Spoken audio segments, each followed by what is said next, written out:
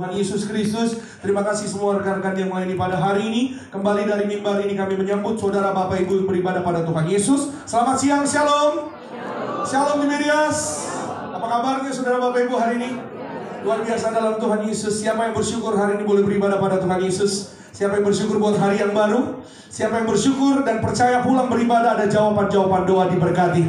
Berikan kemuliaan tepuk tangan sekali lagi yang terbaik bagi nama Tuhan Yesus. Saudara dan saya kita diberkati, kita disayang Tuhan Yesus, dan kita pulang melihat berkat kasih Tuhan. Amin. Senang jumpa dengan saudara Bapak Ibu hari ini. Saudara dan saya kita akan melihat firman Tuhan dan diberkati. Sebelum kita lihat Alkitab kita, sekali lagi kalau saudara nggak keberatan boleh kasih salam kanan kirinya dengan senyum. Katakan selamat beribadah. Tuhan memberkati depan belakangnya sekitarnya juga boleh. Katakan selamat hari Minggu, selamat beribadah. Tuhan memberkati. Happy Sunday, happy birthday sekali lagi. Siapa tahu ada yang ulang tahun, selamat ulang tahun. Haleluya. Yuk saudara sama-sama kita lihat Alkitab kita. Siapkan Alkitab kita hari ini. Saya ajak kita semua untuk membaca bersama-sama dalam satu Injil Lukas. Injil Lukas pasal yang ke-18 ayat 7 dan 8. 2 ayat saja. Karena 2 ayat saja saya mengajak kita semua untuk membaca bersama-sama. Lukas 18 ayat 7 dan ayat 8. Saudara yang mau mencatat silahkan siapkan catatannya. Yang sudah di sana katakan aku pasti diberkati. Amin. Yuk bersama-sama kita baca ayat 7. 2, 3, iya. Tidakkah Allah akan membenarkan orang-orang pilihannya yang siang malam berseru kepadanya? Dan adakah ia mengulur-ulur waktu sebelum menolong mereka? Ayat 8, aku berkata kepadamu, ia akan segera membenarkan mereka. Akan tetapi, jika anak manusia itu datang, adakah ia mendapati iman di bumi? Haleluya, karena hidup orang percaya itu tergantung oleh iman. Yesus berkata kepada murid-muridnya, yang terutama kepada Thomas, dan hari ini juga kepada saudara dan saya, berbahagialah orang yang tidak melihat namun percaya. Ya sudah, percayakah doamu dijawab Tuhan? Amin. Percayakah saudara dan saya hari ini kita melihat kekuatan dan sukacita dari Tuhan? Amin. Ya saudara, jawabannya ada pada diri saudara dan saya masing-masing. Tapi hari ini kita mengingatkan saudara dan saya, kita nggak bisa hidup tanpa iman. Yang setuju katakan amin. Maka saudara dan saya kita datang mencari wajah Tuhan dengan iman. Sedikit latar belakang ayat ini saudara Bapak Ibu. Saudara nanti boleh baca lengkap di rumah. Ayat ini saudara bercerita sedikit tentang yang namanya seorang perempuan tua atau seorang janda tua. Ya saudara Tuhan Yesus mengisahkan seorang janda tua ini, ya dia datang setiap hari memohon perkaranya dibela oleh seorang hakim. Hakim ini saudara, Alkitab mencatat bukan hakim yang benar, bukan hakim yang baik di mata Tuhan dan juga di mata sesama manusia. Hakim ini adalah hakim yang semena-mena. Tapi hakim ini saudara, ya pada awalnya dia tidak memperdulikan ya kehadiran seorang janda tua ini yang datang selalu datang ke menghadap hakim ini. Ya saudara, tidak pernah dia berhenti untuk datang. Ya siang dan malam dia datang, dia berseru, dia datang memohon untuk hakim tersebut membela perkaranya. Ya, dan akhirnya saudara Bapak Ibu, singkat cerita, hakim ini hatinya luluh. Kenapa? Karena dia melihat kegigihan, ketekunan dari seorang janda tua ini. Ya saudara, untuk apa? Untuk mohon perkaranya dibela. Maka saudara, apa yang kita pelajari pada hari ini, ketekunan, kegigihan seorang janda tua ini saudara, untuk memohon kepada hakim ini, membuat hatinya menjadi luluh. Saudara, apa yang hari ini saudara dan saya menjadi pesan bagi kita, kalau seorang hakim, ya saudara, yang ada di bumi, di dunia saja, yang banyak lalai, banyak lemah, banyak kurangnya, dia meloloskan, akhirnya dia membela perkara seorang janda tua ini, apalagi Bapamu yang di sorga.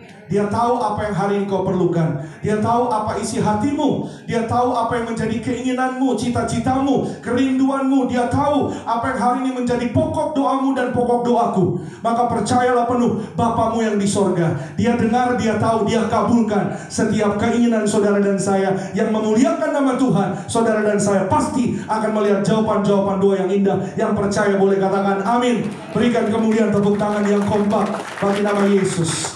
Haleluya. Pagi hari ini kita akan mempelajari, saudara, saya akan berbicara tentang satu sikap hidup yang jangan menyerah. Pray until something happen. PUSH atau push. Pray until something happen. Berdoalah terus. Sampai kapan? Pertanyaan orang Kristen banyak sekali. Sampai kapan Pak saya berdoa? Sampai kapan Pak saya menunggu jawaban? Saya sudah berdoa 1 tahun. Saya sudah menunggu berbulan-bulan. Sampai kapan Pak? Sampai mujizat menjadi nyata. Katakan amin. Ya, until something happen. Kita akan belajar bersama-sama pada hari ini, saudara Bapak Ibu, dan jawabannya nanti kita akan lihat, saudara, dari judul firman Tuhan, ya, pray until something happen. Itulah yang menjadi bagian inti dari khotbah pada hari ini, saudara Bapak Ibu. Banyak orang yang bertanya, Pak Pendeta, ya kenapa doa saya kok belum dijawab-jawab juga ya? Kenapa ya Pak Pendeta? Ya, ketika saya menunggu, ya banyak tantangan, banyak persoalan. Ya, kenapa Pak Pendeta? Ya, kalau orang lain, ya kok kayaknya doanya lebih cepat dijawab dibanding ya jawaban doa saya. Banyak pertanyaan di dalam kehidupan orang Kristen. Ya, ini sehari-hari, saudara Bapak Ibu ya. Dalam kehidupan setiap kita juga mungkin. Ya, dan saudara, setiap pertanyaan yang ada di kepala kita hari ini, saudara, dan saya kita pelajari, saudara Bapak Ibu. Ya, seringkali kita menghadapi yang namanya waktu menanti, waktu menunggu. Ya, berapa minggu yang lalu saya jelaskan, saudara Bapak Ibu, bahwa menunggu itu adalah satu keuntungan di dalam Kristus. Katakan amin. Iya saudara, karena Tuhan punya rencana yang lebih baik daripada rencana kita. Seringkali saudara, apa yang kita lihat itu bukan yang Tuhan lihat. Iya saudara, seringkali apa yang Tuhan lihat kita nggak ngerti, kita nggak paham. Itu sebabnya saudara, dalam doa-doa kita, ya sebagai orang percaya, kita harus suka berdoa. Yang setuju katakan amin. Orang Kristen harus senang berdoa. Orang Kristen jangan cuma senang nonton film. Iya saudara, senang nonton film itu silahkan, ya boleh-boleh aja. Iya saudara-saudara, nonton film juga duit saudara, bukan duit saya ya kan saudara. Tapi berbahaya orang Kristen suka nonton film tapi nggak suka berdoa.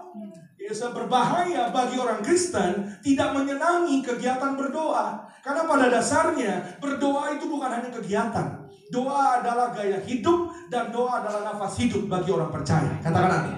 Maka saudara, saya percaya kalau kita jadikan doa bukan hanya sekedar kegiatan, kalau lagi sulit aja kita berdoa, kalau doa kita jadikan sebagai gaya hidup, saya percaya keluargamu pasti diberkati. Usahamu pasti berkembang ke kanan ke kiri. Karirmu pasti naik sesuai dengan janji Tuhan. Yang sakit sembuh, saudara dan saya mengalami pemulihan, kebahagiaan, kemuliaan dari Tuhan. Berikan kemuliaan, tepuk tangan yang paling meriah bagi nama Tuhan Yesus. Saya mau tanya sama saudara di tempat ini, siapa yang percaya hidupnya sampai hari ini ada karena kuasa doa? Katakan amin. Iya, sudah, entah doa dari pasanganmu, entah doa dari orang tuamu, entah doa dari hamba Tuhan, entah doa dari orang anak-anakmu, entah doa dari sesamamu, keluargamu. Kita adalah kumpulan orang-orang yang hari ini ada karena kuasa doa. Ya, dan percayalah tidak ada doa yang sia-sia. Amin. Nanti kita akan lihat sama-sama di inti khotbah saya, saudara Bapak Ibu. Tapi yang menjadi permasalahan, seringkali ada penghalang dalam doa. Saya catat di sini saudara, apa saja penghalang dalam doa. Menghalangi orang percaya berdoa. Satu, karena ada dosa yang belum diakui. Ketika kita berdoa, saudara, doa bukan hanya minta sama Tuhan. Doa di dalamnya adalah curahan hati. Katakan amin. Ya, bagi saya definisi doa itu adalah curahan hati. Sama seperti kau curhat, curcol kepada bestimu. Ya, saudara dan saya kita berdoa juga curhat sama Tuhan. Ya, saudara, jadikan doa curahan hati. Doa bukan mengarang indah. Doa bukan hafalan, saudara Bapak Ibu. Tapi doa adalah satu kehidupan bagi saudara dan saya. Maka saudara, di dalam doa isinya bukan hanya minta, tapi di dalam doa isinya juga ucapan syukur. Di dalam doa isinya juga pertobatan kepada Tuhan. Akui segala dosa pelanggaran kita. Akui ya di hadapan Tuhan. Ya, karena hanya Tuhan yang tahu segala-galanya atas hidup saudara dan saya.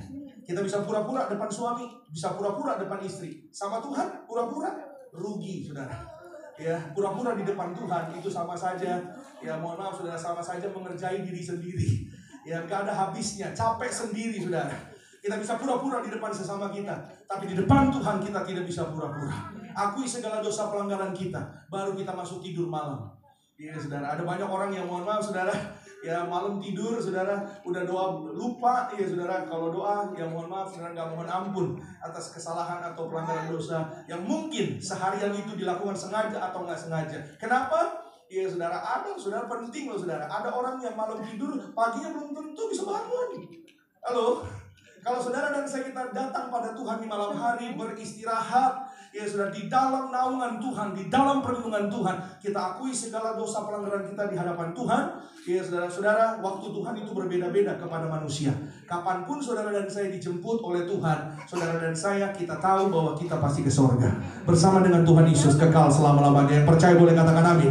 Berikan kemuliaan tepuk tangan yang paling meriah bagi nama Tuhan Yesus. Amin. Yes, karena apa saudara? Karena pengakuan dosa itu sangat penting. Kalau saudara ingat, detik-detik terakhir penjahat yang disalib bersama dengan Tuhan Yesus, dia bertobat. Tuhan Yesus bilang, hari ini juga kau ada di Firdaus bersama dengan aku. Amin. Artinya saudara dan saya, penting bagi kita, ya saudara, dalam doa-doa kita, saudara dan saya jangan lupa kita akui segala dosa kita. Yesaya 59 ayat 1 dan 2. Tangan Tuhan bukan kurang panjang, telinganya bukan kurang mendengar, tapi yang menghalangi berkat Tuhan keselamatan terjadi dosa. Sin, ya saudara, dosa yang menghalangi setiap doa orang percaya. Yang kedua, hati yang gak percaya atau ragu. Jangan biarkan hatimu diselimuti, dikelilingi oleh keraguan, oleh kecemasan. Karena yang namanya cemas dan khawatir itu juga tidak berkenan di hadapan Tuhan.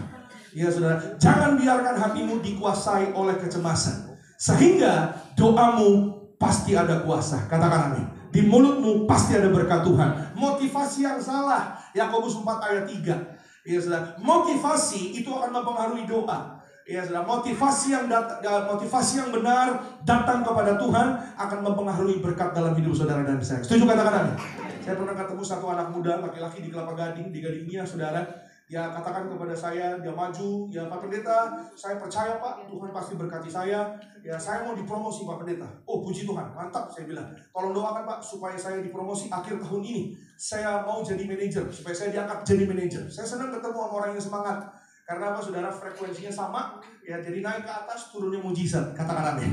Tapi di tengah-tengah saya sedang berdoa, tiba-tiba saudara dia kasih tahu saya, dia bisikin saya, Pak Pendeta, ya saya pingin banget jadi manajer. Karena Pak, manajer yang sekarang Pak, orangnya jahat sekali Pak, semena-mena Pak. Kami gak suka sama dia Pak. Biar Tuhan yang hajar dia, Tuhan jatuhkan dia supaya saya naik. Oh darah Yesus itu gak gitu juga Pak. Saya bilang gak gitu juga.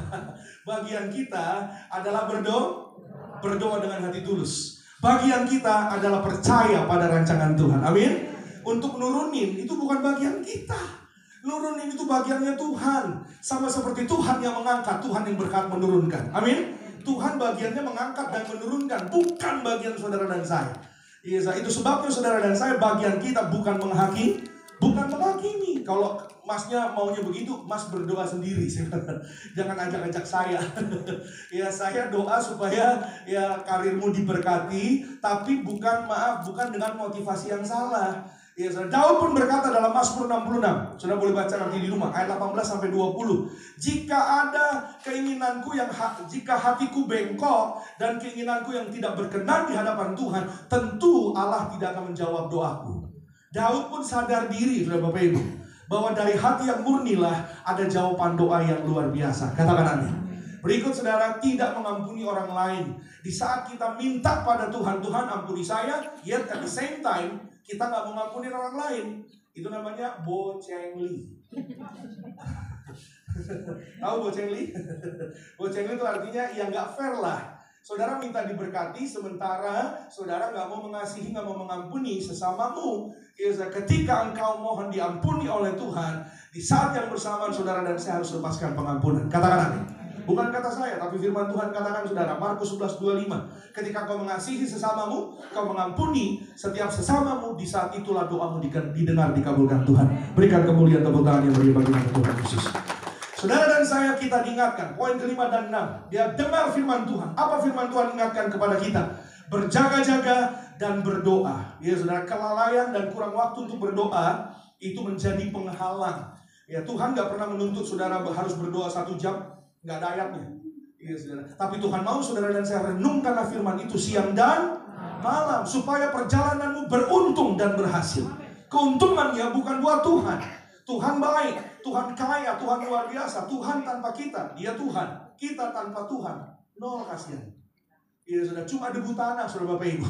Kita yang perlu Tuhan, kita perlu kasih-Nya, kuasanya. Itu sebabnya berjaga-jaga, berdoa. Karena keuntungannya diberikan kepada saudara dan saya. Amin. Yesus berkata kepada Petrus dan juga kepada muridnya yang lain, ketika Yesus berdoa di Taman Getsemani, tidakbisakah engkau berjaga-jaga 1 jam saja bersama dengan aku? Ya, tapi mereka ketiduran. Yesus mengingatkan mereka, waktunya sudah semakin dekat, Anak Manusia akan diserahkan. Kita sudah ada di zaman akhir. Ya saudara, waktunya sudah semakin dekat. Berjaga-jaga, berdoa.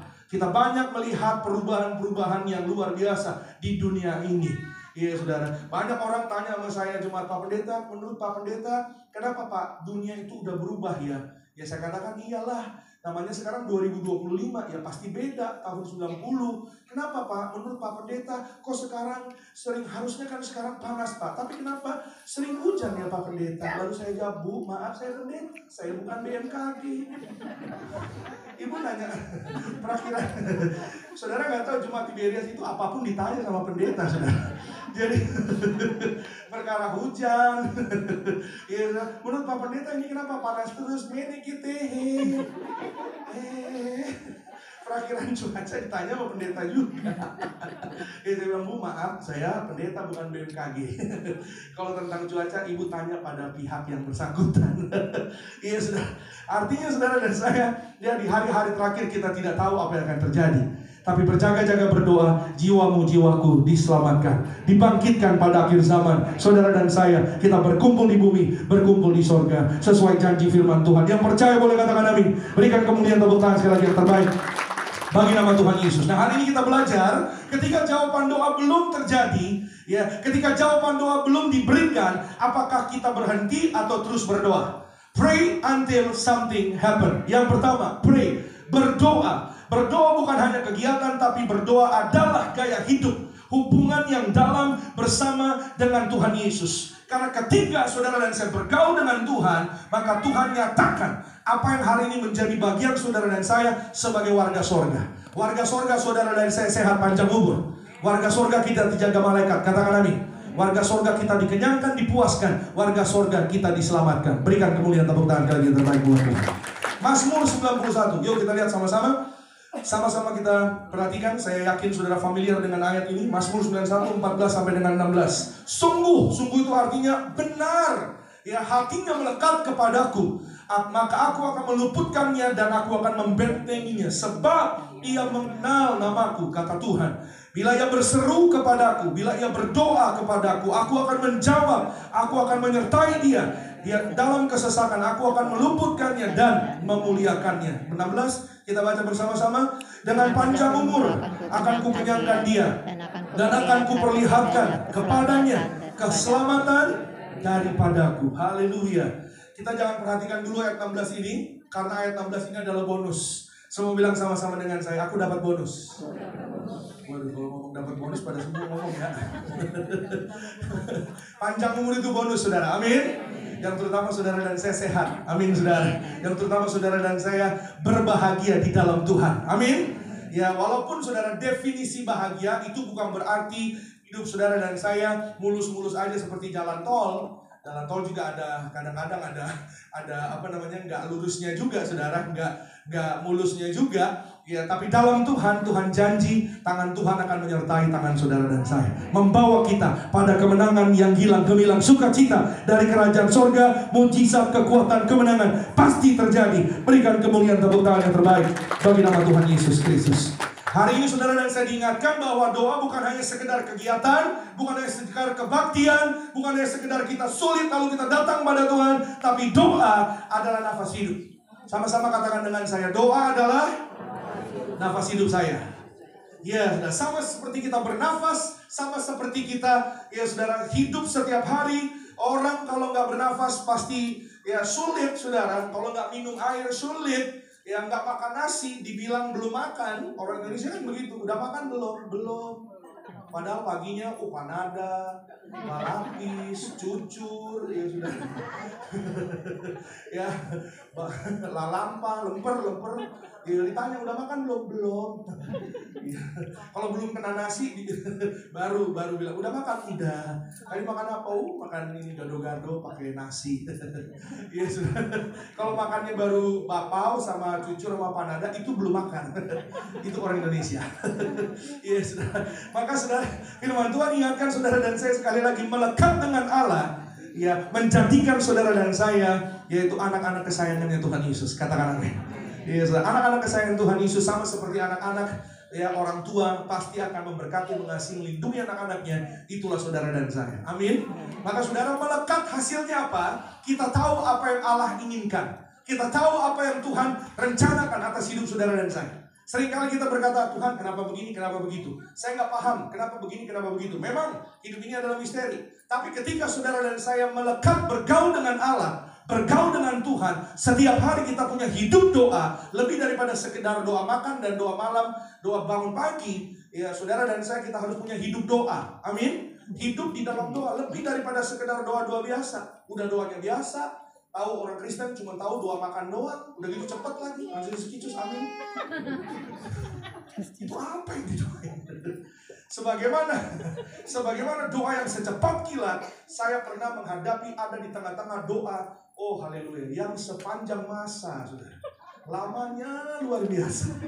Ya, suatu hari saya berkesempatan untuk melayani, ya saudara, di satu kota. Ya saudara, saya sekalian pulang kampung ke kampung orang tua saya di Sulawesi Utara, saudara.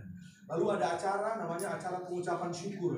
Ya, ada satu om ini pimpin doa sebelum kita makan. Di meja makan, saudara, ayam boku, babi rica, sup Brenebon. Oh saudara, semuanya udah siap, saudara. Gitu, orang misalnya saudara, kalau namanya makan, semakin dekat dengan meja. Jadi saudara, om ini saudara doa, waduh, saya dalam hati, Tuhan, kenapa bukan saya yang doa dalam hati saya? Apakah Tuhan menguji iman saya? Karena om ini berdoa, saudara, RT, RW, kecamatan, kelurahan, bangsa, negara, mau doa makan. Oh haleluya, saudara. Tuhan, tolong saya Tuhan. Ya, akhirnya sudah saya beranikan diri untuk buka mata satu. Saya buka, saya ngintip dikit. Oh, nggak taunya mata semua jemaat yang ada di sekitar meja udah terbuka semua. Oh, dalam hati saya, oh Tuhan, lama sekali doanya.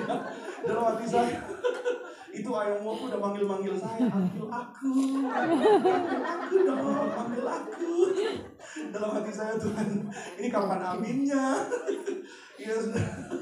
Dan disitulah kesabaran diuji. Amin. Karena hidup, ya, firman Tuhan katakan bukan karena roti saja, bukan hanya dari roti saja, tapi dari kuasa firman Tuhan. Amin. Percayalah, doamu dan doaku pasti dikabulkan Tuhan, menyertai hidup saudara dan saya. Ada jawaban doa yang indah. Tuhan beri kekuatan, beri kuasa yang indah, mujizat yang indah, berikan kemuliaan, tepuk tangan yang paling meriah bagi nama Tuhan Yesus. Seringkali maunya kita, Tuhan, ya, kenapa nggak gini? Kenapa begitu? Saya catat di sini, saudara. Doa yang sejati bukanlah mencoba mengubah kehendak Tuhan, tetapi menyelaraskan hati kita dengan rencana Tuhan. Iya, saudara. Menyelaraskan artinya apa, saudara? Satu jalur. Iya, saudara, satu benang, ya saudara, dengan rencananya Tuhan.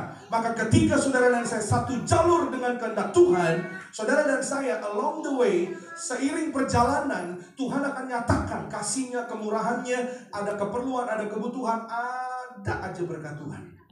Sama-sama katakan dengan saya, ada aja berkat Tuhan. Ada aja berkat Tuhan. Sekali lagi, ada aja berkat Tuhan.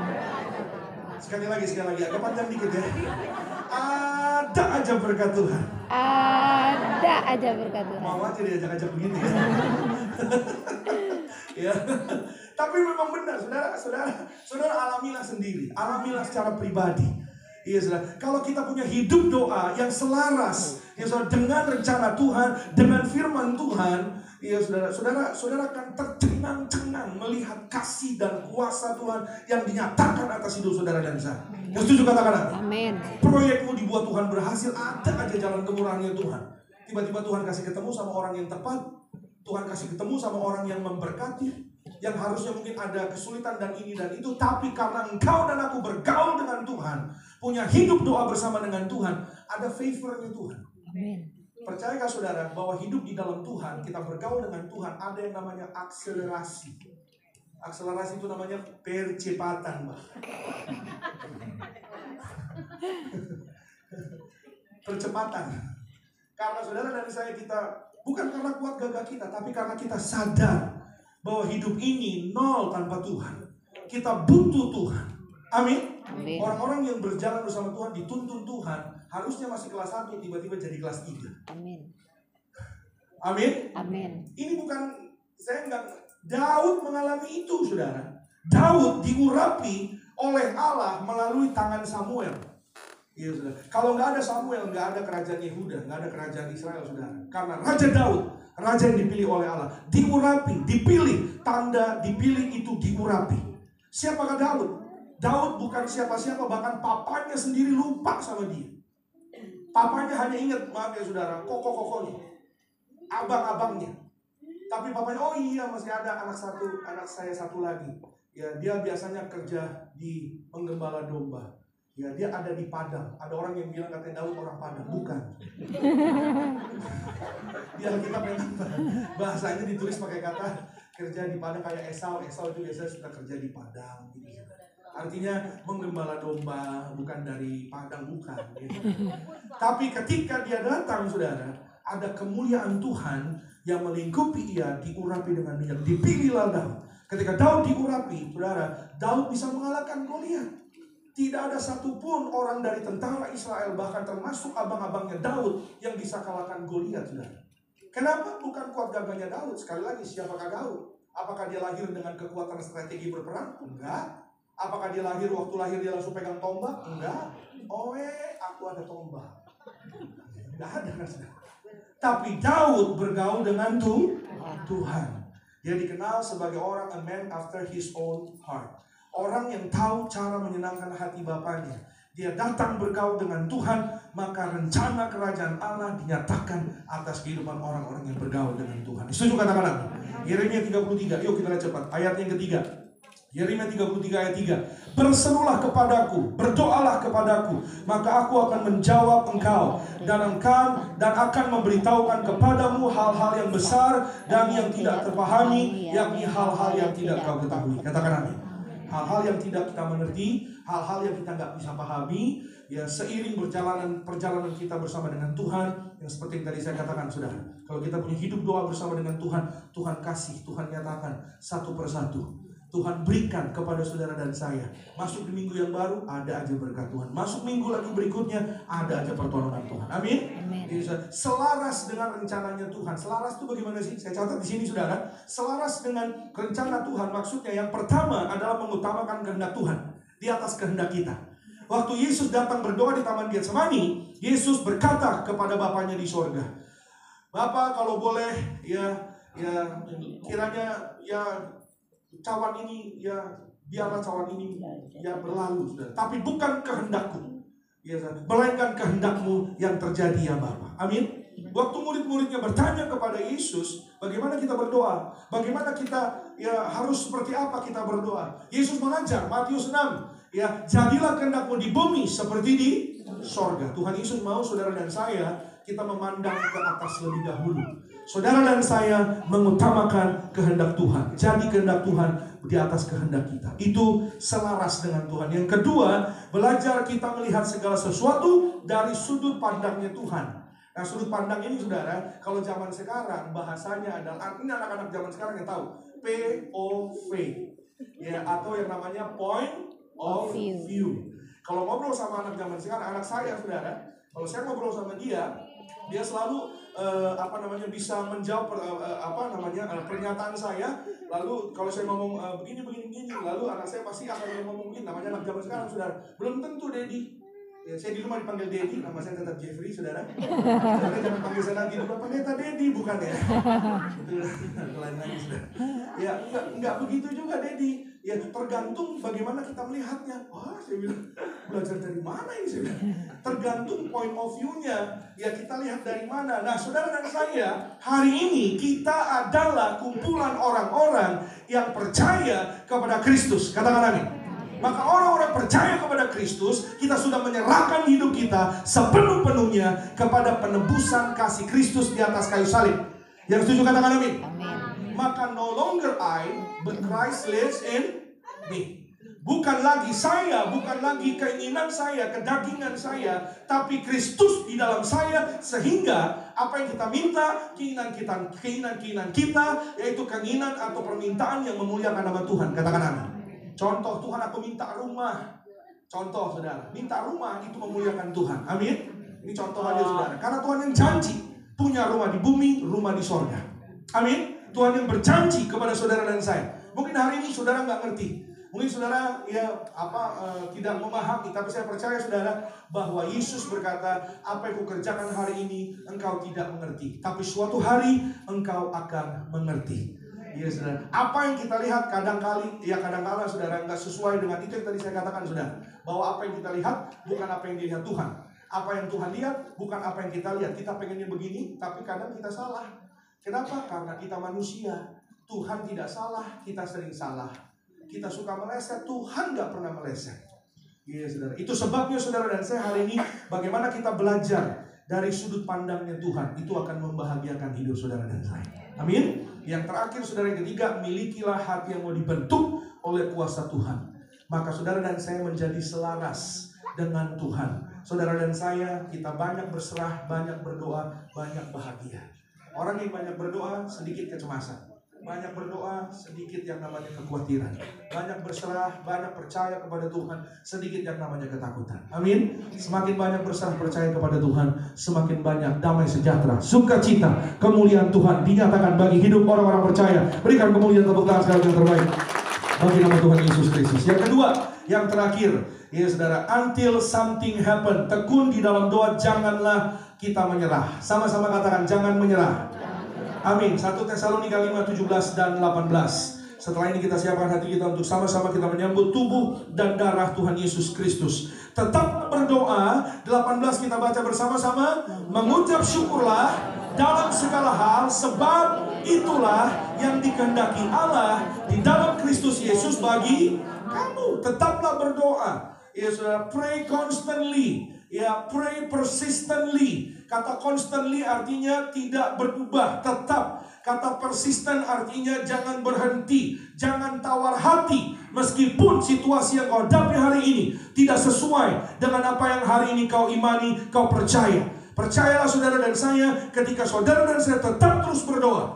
Ya saudara, tidak tergantung situasi yang kita hadapi, tapi saudara dan saya tetap berseru, tetap berharap kepada Tuhan, disertai dengan ucapan syukur, maka saudara dan saya akan melihat semuanya lebih baik di dalam Tuhan. Amin.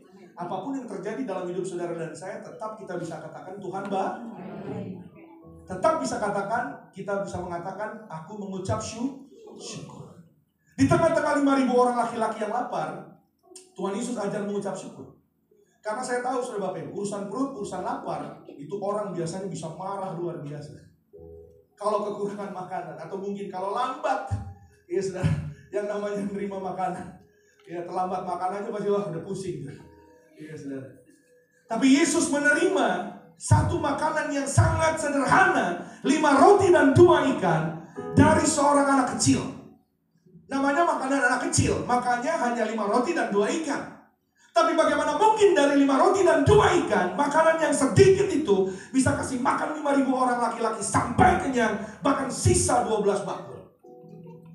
Karena Yesus mengajar murid-muridnya dan orang-orang yang ada di tengah-tengah mereka, dalam kesulitan apapun, sesusah apapun hidupmu, pandanglah wajah Bapamu. Dia menengadahkan wajahnya ke atas dan dia berkata kepada Bapanya di sorga, mengucap syukur. Ketika dia mengucap syukur dan memecah-mecahkan roti, saudara tahu apa yang terjadi? Roti itu gak habis-habis. Roti itu gak habis-habis. Ikan itu juga gak habis-habis. Mereka makan tambah. Oh, saya percaya tambah-tambah itu pasti. Kalau saja di situ saudara ada 10 orang Manado, Batak, Ambon, Papua, 10 orang aja saudara di situ. Ada saudara, saya yakin itu nggak ada sisanya itu saudara. Rata, orang babungkus. Tapi puji Tuhan di situ orang Ibrani semua. Ya, sisa 12 bakul. Saudara, ada yang belum saya sebut. 5.000 orang laki-laki itu di situ pasti ada istri-istrinya, ada anak-anaknya. Tahu dari mana Pak Pendeta ada anaknya? Lah 5 roti 2 ikan itu kan makanan anak kecil. Dari mana itu anak bisa ada di situ? Kalau nggak ikut orang tuanya. Sama seperti anak saudara. Sekolah minggu di tempat ini, saudara ikut di tempat ini. Amin. Minta sama Tuhan mujizat 5 roti 2 ikan terjadi atas hidup saudara dan saya. Berikan kemuliaan tepuk tangan. percayalah doaku tidak sia-sia. Saya tutup, saudara-saudara tutup Alkitabnya. Gembala sidang saudara dan saya, Pendeta Daniel Pariadi, senantiasa mengingatkan kita, gak ada doa yang di dalam nama Yesus yang sia-sia. Amin. Katakan amin. Amin. Berdoalah dengan tekun, berdoalah bertalu-talu. Sudah tahu bertalu-talu? Terus, menerus.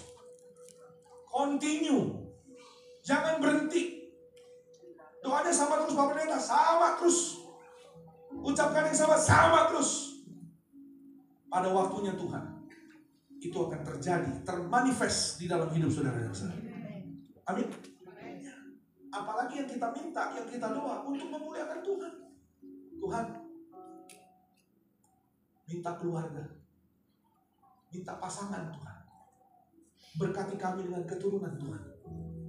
Berkati anak-anak kami Tuhan, supaya anak-anak kami sehat. Itu kan memuliakan Tuhan. Tuhan, minta kami minta sehat Tuhan. Lakukanlah mujizat-Mu. Berkati Tuhan supaya kami tidak kekurangan. Itu memuliakan Tuhan. Jauhkan kami dari segala yang jahat Tuhan. Setiap doa saudara dan saya tidak sia-sia. Pulang dari tempat ini, percaya, sebelum sampai di rumah, mujizat sudah terjadi atas hidup saudara dan saya. Berikan kemuliaan, tepuk tangan yang terbaik bagi nama Tuhan. Kita bangkit berdiri.